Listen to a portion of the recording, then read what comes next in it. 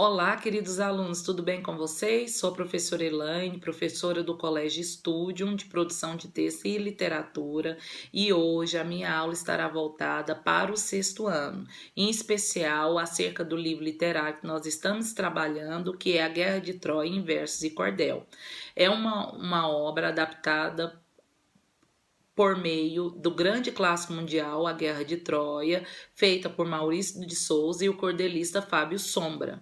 Essa obra, através do gênero cordel, contará, resgatará, né, esse cenário histórico da Guerra de Troia. Alguns alunos me perguntaram em sala de aula se realmente essa guerra existiu. Essa guerra ela existiu, mas não conforme nós estamos explorando no âmbito literário. Porque a literatura, ela remonta a realidade, ela nos faz o quê? Refletir acerca de situações que o homem, em sua realidade, muitas vezes não consegue interpretar, não consegue se relacionar, e a literatura faz com que nós sejamos melhores todos os dias um pouco mais. O grande guerreiro Aquiles representará aí as temáticas acerca da realidade humana. Ele representará, por exemplo, o quanto o homem, em sua vaidade, em sua inveja, em sua ganância, ele pode ser impiedoso. E nessa obra, por meio dessas temáticas, nós observamos que nós temos um cenário também voltado para o aspecto feminino, que é Helena de Troia. Será que Helena realmente existiu? Helena não existiu. Paris não existiu, Aquiles não existiu, Menelau e Agamenon não existiram, mas eles retratam comportamentos, situações e figuras reais que são relacionadas ao comportamento humano. Então, Homero Brasilino, que é o cordelista, ele conta a história versos por verso, estrofe por estrofes, e vai fazendo a recomposição da mitologia grega, né? Muito nós aprendemos por meio dos deuses que aparecem, né, nesse livro, e nós paramos justamente no capítulo que se fala acerca da composição de Aquiles. Aquiles se vê em um momento muito especial, um momento em que ele começa a questionar o porquê dele lutar por uma guerra que ele não acredita. Mediante a morte de Patroclo, seu amigo de infância, Aquiles ele resolve lutar, representando, por exemplo, o poder de Menelau e Agamenon, só que ele luta em nome de um rei invejoso, ganancioso.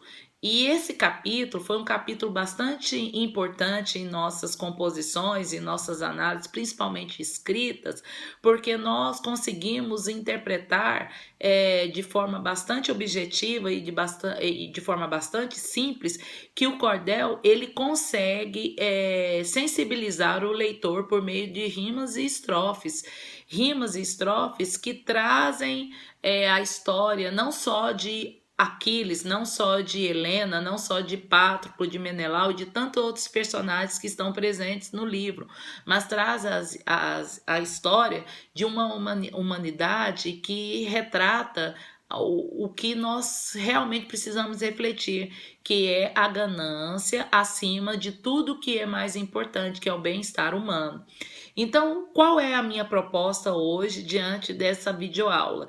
Que nós consideremos todas as discussões que nós tivemos em sala de aula e que você, aluno, a partir da morte do personagem Patroclo, que é considerado o fiel companheiro de Aquiles, que é o grande protagonista da história, você crie uma possibilidade de esquema no seu caderno de literatura, retratando os capítulos finais dessa obra literária que nós já discutimos.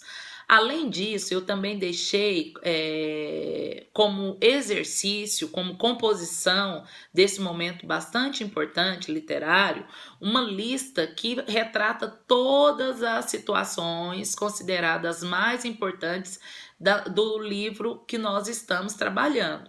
Uma coisa que eu gostaria de salientar, e vocês fizeram muito bem, é que a mitologia, ela retrata uma composição que está relacionada a um fator histórico, né? O homem, em sua grandeza humana e sua grandeza social e comportamental, em algum momento da história, sentiu necessidade de se recompor, sentiu necessidade de esclarecimento de coisas que até então ele não conseguia esclarecer. Então, todos os deuses representando posicionamentos, condutas de vilões, tais como Agamenon e Menelau, eles trazem comportamentos e condutas que fazem com que nós revisitemos, que nós reflitamos acerca do que nós consideramos importante.